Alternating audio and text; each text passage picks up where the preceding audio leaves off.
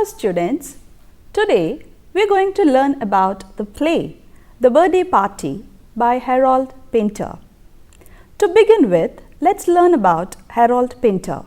He was born in Hackney, England on October 10, 1930.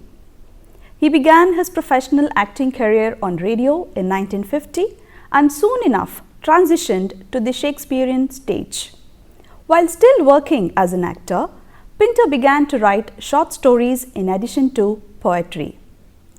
Despite its critical failure, The Birthday Party remains one of Pinter's most successful full-length plays and is considered the first of his comedy of menace pieces.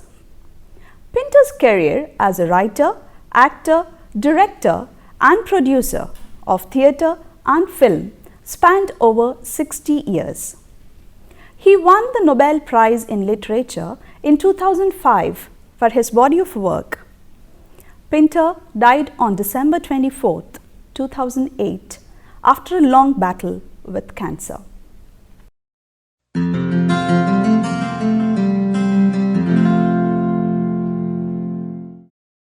Now, starting with the character list of the play, we begin with Petty Bowles. He is the owner of the rundown boarding house in which the play takes place. He is 60 years old and married to Meg. Petty works as a deck chair attendant at an unspecified resort near his home on the shores of England. As the play continues, his character is revealed to be more astute. He realizes that Goldberg and McCann are more insidious than they seem to be, and probably knows of his wife and Stanley's strange relationship. While Petty seems to know quite a lot more than he lets on, he ultimately reveals that he will do little to compromise the comfortable, delusional existence he shares with Meg. Meg is a kind woman who helps run the boarding house. She is 60 years old, married to Petty in a seemingly childless marriage. Absent-minded and simplistic, Meg often asks repetitive questions and constantly requires attention. While she does carry on a sexually tinged relationship with Stanley, she lives a rather monotonous life that allows her to maintain certain delusions about her attractiveness and popularity, delusions which she works hard to protect even as the play goes to darker places. Then we have Goldberg. Nat Goldberg, also called Simmy and Benny, is a Jewish gentleman who works for an unnamed organization that has employed him to take Stanley away from the boarding house. He is defined by his outwardly polite and polished behavior, which stands in stark contrast to that of his associate McCann. However, he ultimately reveals to be an angry, violent streak beneath this polite behavior. Goldberg's problems seem to be connected to his past. He is nostalgic about family and waxes poetic about the world days. To what extent these delusions explain and feed his anger and violence are left to the reader's imagination. Then we have McCann. Dermot McCann is an Irish member of an unnamed organization that has hired him to take Stanley away from the boarding house. Unlike Goldberg, who uses words and charm to his advantage, McCann is a paragon of bodily aggression. He lacks much social skill and is something of a simpleton. Then we have Lulu, a young woman in her 20s. She is an acquaintance of Meg's and a visitor at the boarding house. She is childish and flirtatious, and though she seems initially interested in Stanley, she is easily attracted to Goldberg's charms. Her girlish qualities become ironically unsettling after she is sexually assaulted. Then we have the important character Stanley. Stanley Weber is apparently the protagonist of the play.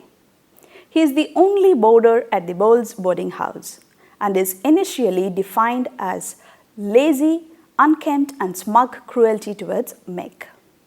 The details of his past are never confirmed. He might be a musician, might have been famous, etc., although there is a sense that he might have committed some sins. His aggressive depression transitions into a nervous breakdown when Goldberg and McCann arrive, until he is nothing but a bumbling idiot in Act 3.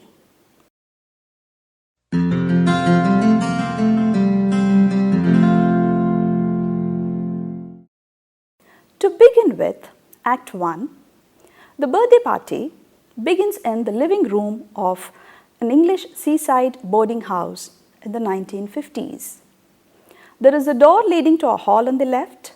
A hatch or interior window opens to a kitchen in the back of the room.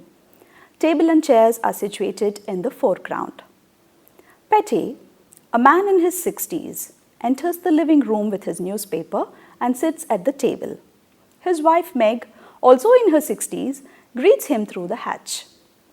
Meg appears with Petty's breakfast of cornflakes, and the couple then engage in a dull conversation about the weather and about the birth announcement of a girl mentioned in the paper. Petty then tells his wife that he met the two men on the beach the night before and that they had asked for a room.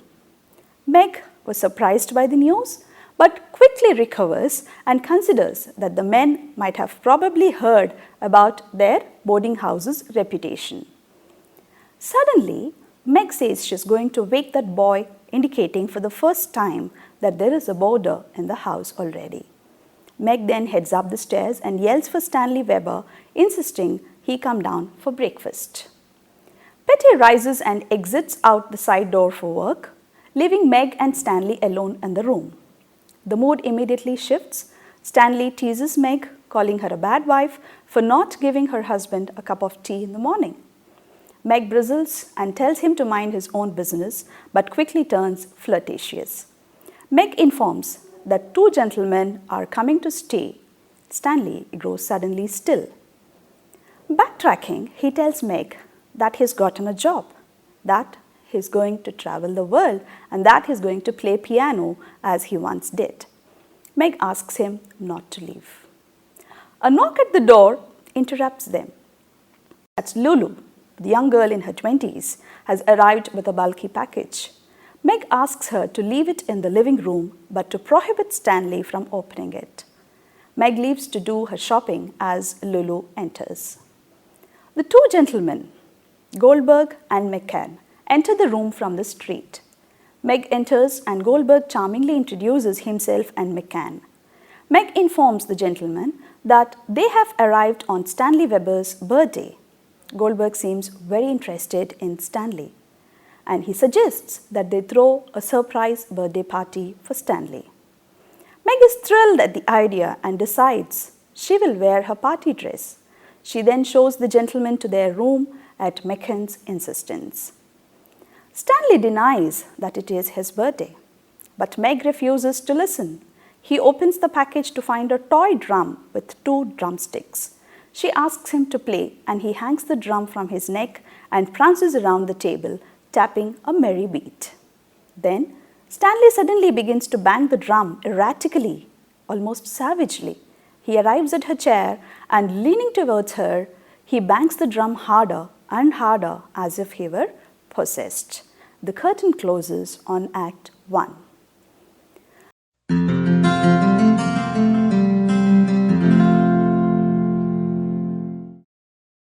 Act 2 is set later that night.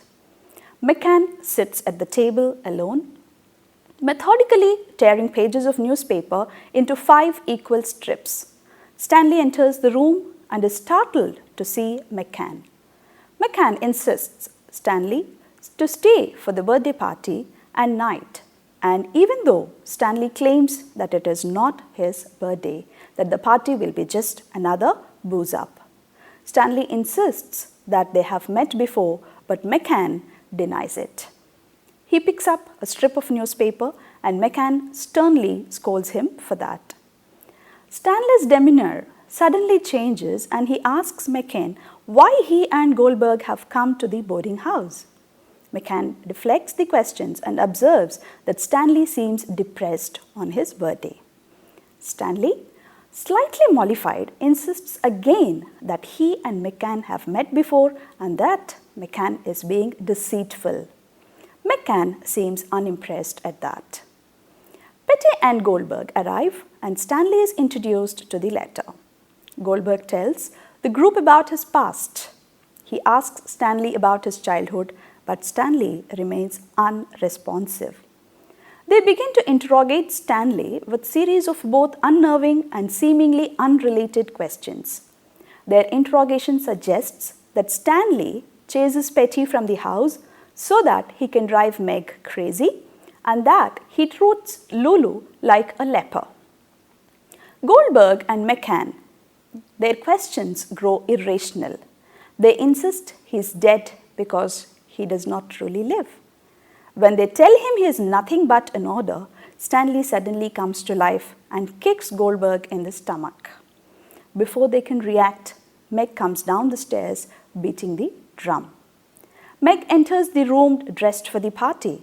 Meg hesitantly and affectionately tells Stanley that she is happy he is staying at her boarding house and that he is her Stanley now even if he pretends otherwise. She starts to cry. Lulu enters. There is an immediate attraction between Goldberg and Lulu. The party guests pair off. That is, Lulu with Goldberg, McCann with Meg, and Stanley remains alone. And the dialogue shifts between the two couples. Goldberg and Lulu engage in a conversation filled with sexual allusions revolving around childhood, imagery, and children's games. The talk of childhood inspires Meg to request a game. They decide on blind man's buff. McCann finds Stanley and ties the blindfold on him. In the process, he maliciously breaks Stanley's glasses. While Stanley stumbles around the room, uncharacteristically silent, McCann places the toy drum on the floor and Stanley steps in it. 1 foot in the drum, he continues to wander until he comes across Meg. Suddenly, Stanley lashes out and tries to strangle her. Goldberg and McCann rush forward and rescue her. Then the lights go out. Confusion ensues as the characters bump into one another. McCann loses his flashlight, while Lulu screams and faints.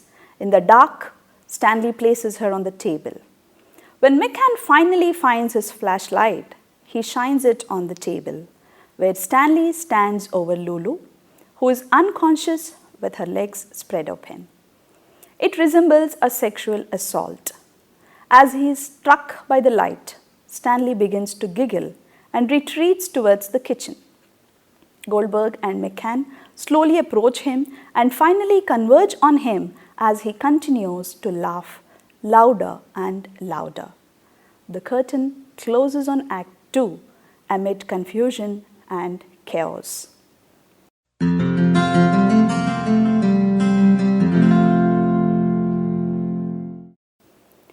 Then begins Act 3. Act 3 is set the next morning.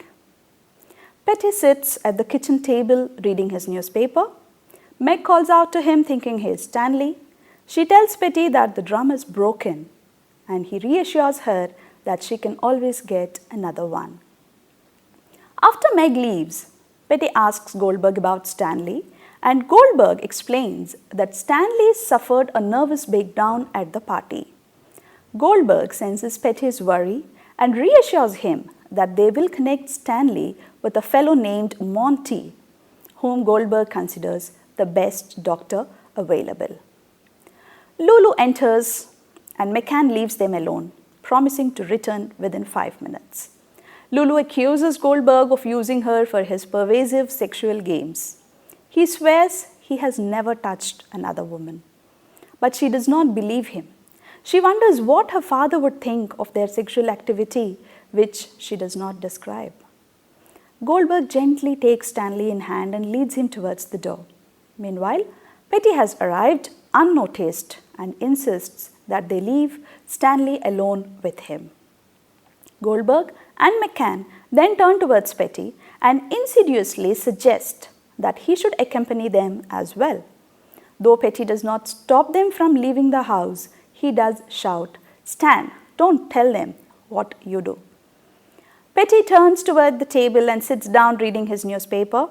Meg enters and asks for Stanley. Petty lies and says Stanley is still sleeping. Meg tells him that she had a lovely time at the party, forgetting that Petty was not there.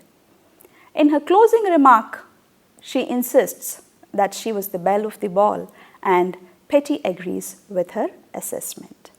That brings us to the end of Act 3.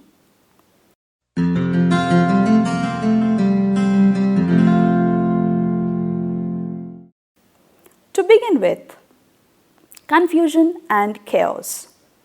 The key element of the absurdist theatre is its focus on confusion and chaos.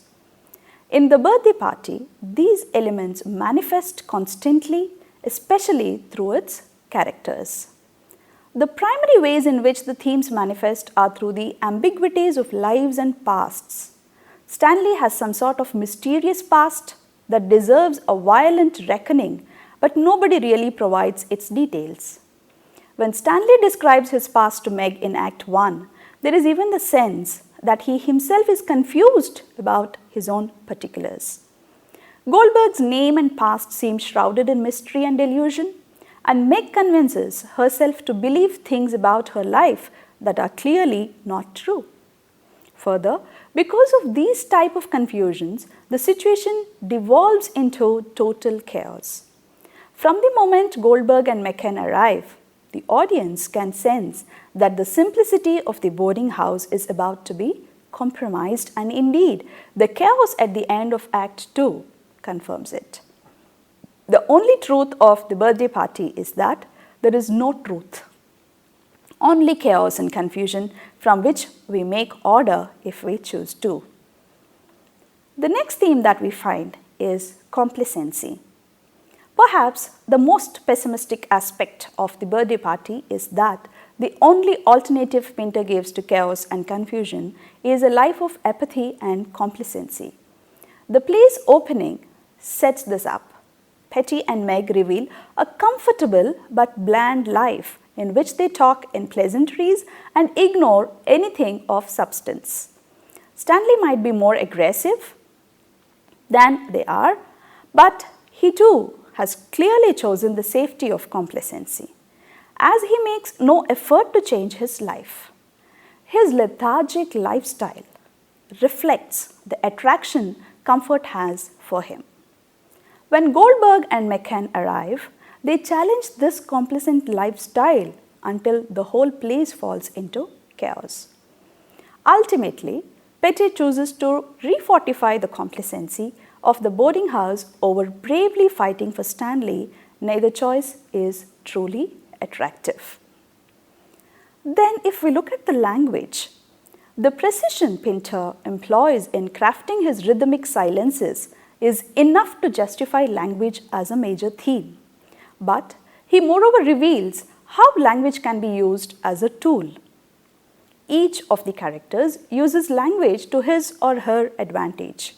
In effect, characters manipulate words to suggest deeper subtexts, so that the audience understand the true communication happens beneath language and not through words themselves.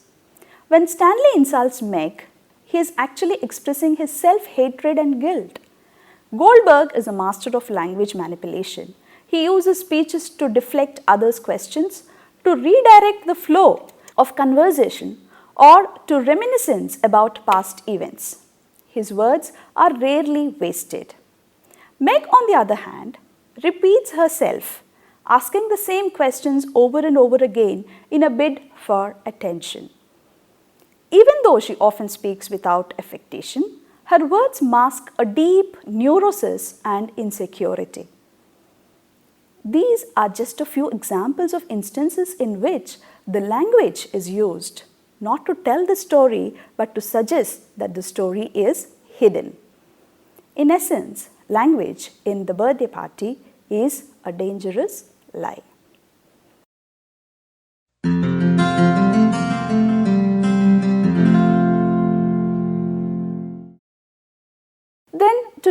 atonement. One of the great ironies in this play is that it uses what appears to be a fairly undramatic, realistic setting which nevertheless hides a surplus of guilt. The theme of atonement runs throughout the play. Stanley's past is never detailed, but he is clearly a guilty man. He is vague about his own past and does anything to distract Goldberg and McCann. He does not wish to atone for whatever he did, but is forced to do so through torture.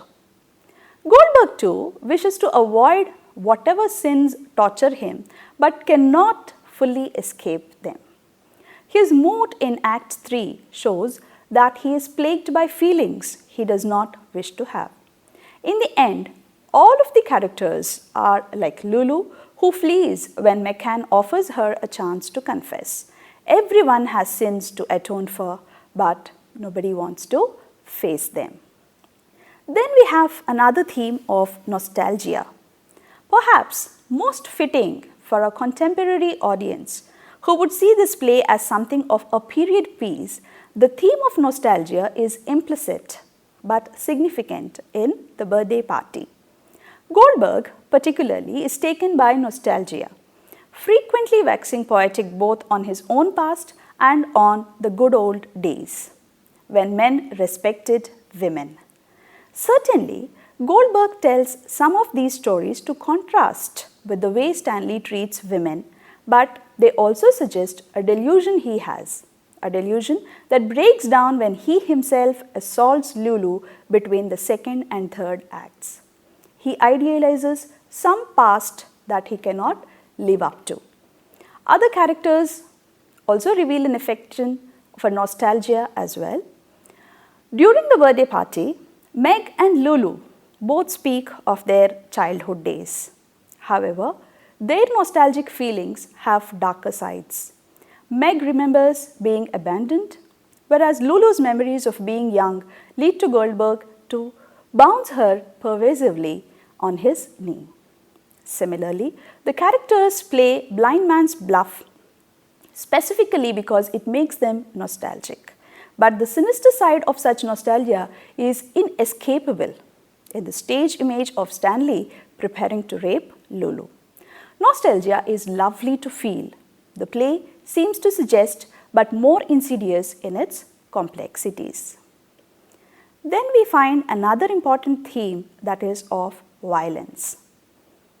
The birthday party is full of violence, both physical and emotional, overall suggesting that violence is a fact of life. The violence is doubly affecting because the setting seems so pleasant and ordinary. Most of the men show their potential for violence, especially when provoked. Stanley is cruel and vicious towards Meg, but much more cowardly against other men. Both McCann and Goldberg have violent outbursts no matter how hard they try to contain themselves. Their entire operation, which boasts an outward civility, has an insidious purpose most violent for the way it tortures Stanley slowly to force him to nervous breakdown. In both acts 2 and 3, they reveal how language itself can be violent in the interrogation scenes. Much of the violence in the play concerns women. Stanley not only intimidates Meg verbally, but he also prepares to assault Lulu. Goldberg in fact does assault Lulu. Finally, the threat of violence is ever present in the play. Even before we realize that the disaster might come, we can feel the potential through the many silences and tense atmosphere. Then we have the theme of sex. Sexual tension is present throughout the entire play, and it results in tragic consequences. Meg and Stanley have a strange, possible sexual relationship that frees him to treat her very cruelly. In fact, Goldberg suggests that Stanley's unnamed sin involves his poor treatment of a woman. Lulu seems interested in Stanley as well, but is quickly attracted to Goldberg in Act 2. Her innocence makes her prey to men's sexuality. Her openness leads to 2 consecutive sexual assaults. And yet, she is nevertheless upset to learn that Goldberg is leaving. All in all, it's a strange, pervasive undercurrent throughout the play. Sex is acknowledged as a fact of life and yet does not ever reveal positive aspects of the character.